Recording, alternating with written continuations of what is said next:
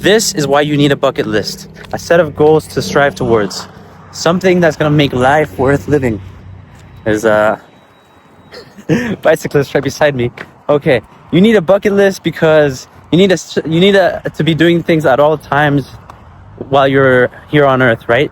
So then the problem becomes that you don't have a structure, and because you don't have a structure, it can get you feeling depressed or unmotivated because you need to see things moving instead of feeling stuck. Right now I feel stuck, and it's because I don't have anything moving. I decided to go outside just for a walk to make myself feel better, and it definitely does make myself feel better. So one thing that is part of my schedule, because you need a schedule, a structure, is to set time aside for walking. Now I know I like to go outside, right?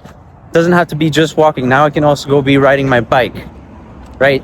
And just decide what routes I want to be driving towards. I never thought about that before. I never thought about how I could be kind of choosing different routes and then trying to complete more routes with my bicycle. Have like a set of goals. A goal to get to 10 routes that I bike on. Okay.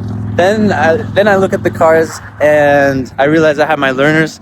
I haven't strived towards getting my drivers because I don't really have the money to do it yet. So then another goal could be to start driving as when I can. So we need a goal to get money. So there's financing, and there's buying a used car, and then there's buying a new car. So the third option is the most preferable. And this is most important, is using your logic to not follow your intuition, because when you are out in the real world, the real world is survival. It's, people actually die in this, I think a lot of people in the Netflix and couch generation just assume that, they're not liable to the same effects that they see on TV, even if they are the worst ones. Nobody sees themselves in a future situation of, that's one of the worst case scenarios. Nobody ever does that. Yes, we may entertain the thought, but that's why we keep on living. That's why we stay living each and every day. That's why we get up every day. So a new car, I guess, a good price would be $50,000. $50,000. Though I don't really know if people buy new cars, just set up down payment and then finance it mostly. But is that really what people do? I have no idea. But anyways, my arm is getting tired, so I'm just switching to this angle. Needing more stuff to do, needing more structure, needing a schedule, needing a calendar. A calendar tracks the 30-month days. So you could think about it. Your life is kind of like a story. Oh my gosh. Your life is like a story. How is it like a story? Well, a story is 3 parts usually. That's why they didn't do a 4th Avatar, The Last Airbender season, because everything works best in 3s. And if you can't do it in 3s, well, you can also do it in 12s.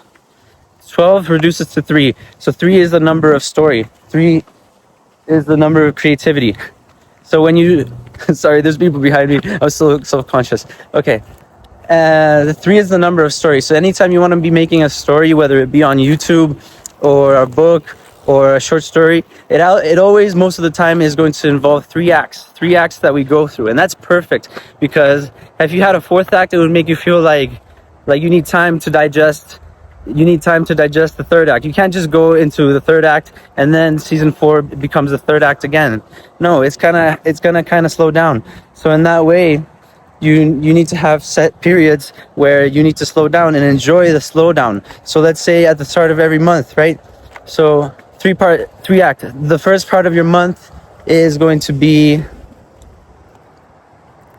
rising, like in the first act of a story. You're trying to get to the climax. So that's what the first act is going to be. You're going to start slow, and by starting slow, you're going to make sure that you have yourself set up for the next 2 acts that come afterwards. And this is how it's going to be within multiple months. You could be using multiple months as a way to, okay, so 12 months, 4, 8, 12. So 12 months, the first 4 months could be the first act that you are preparing for your next 2 acts. You're preparing to go into your climax, right? But then once you get to the climax, you can't just go all the way back to the start or try to do another climax. You got to go down again. It's a cycle. So you're basically doing a cycle in real world. How crazy is that? So then the wind is hitting right now. The wind is hitting right now, and my arm is still getting tired, guys. See, this is why working out is another option. Okay, so how much things do we have filled up in our schedule? We have 2 things. We have going for a walk and then going for the gym. Now, do we decide to do this every day or not? That depends. That depends on what you put on your schedule and your calendar. And basically, look at that. Basically, what you want to be doing is tracking. You need to be tracking everything that you can be tracking. And you need to be seeing what you're tracking along that 3-part story, right? First 4 months, you're just starting up, getting ready to have a strong year. The next act, you're going upwards and getting ready for your climax. And now and the climax is in the second act, right? Okay. And then the last one is when you're refixing everything. You know that part in every romance movie, every romance comedy movie, how they have the climax? Just a second. The wind. Okay. I keep forgetting what I'm talking about, but in the second act they have the climax, I think, and then the third act is, I don't know. Okay, let's just move on from that. Okay, let's move on from that. So then, what we need to have is a calendar that's going to be tracking our 3 months: first act, second act, third act. Then we need to have a schedule, because a schedule is going to work in 3 acts as well. We're now just doing we're doing 6 days or 5 days. Okay, let's say we're doing just 5 days, and then Saturday, Sunday, you do something else. That's just the standard for everybody. So then 5 days, what are you going to do? So the initial incident is going to be in the first part of what you're doing each week. The first 2 days could be like setting up for your climax in the third day, and then, well, something like that. Then you have that as your schedule. The last 2 days being going down, or you could extend it, but let's just stay there. So now you have your schedule, your calendar. Your calendar, you're gonna have, like we mentioned, the three weeks, and then, sorry, I have to watch what I'm doing here. And so you have the monthly outlook and you have the weekly outlook, but you need the day-to-day outlook. How does your day-to-day look like? How are you going to schedule your day-to-day?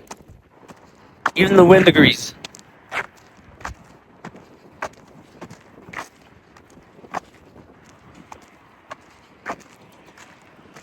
And again, you do it through the 3-part cycle, where you're setting up for your day, you're stacking up those small wins, those stackable goals, those goals that you know for sure you're gonna get done. Setting as the foundation of your day.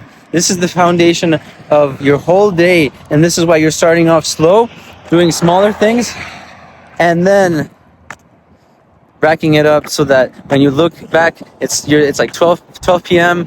You look back at your day and you have 3, 4, 5 goals done already, and you're ready to move on to your next day, your next part, to go into the climax.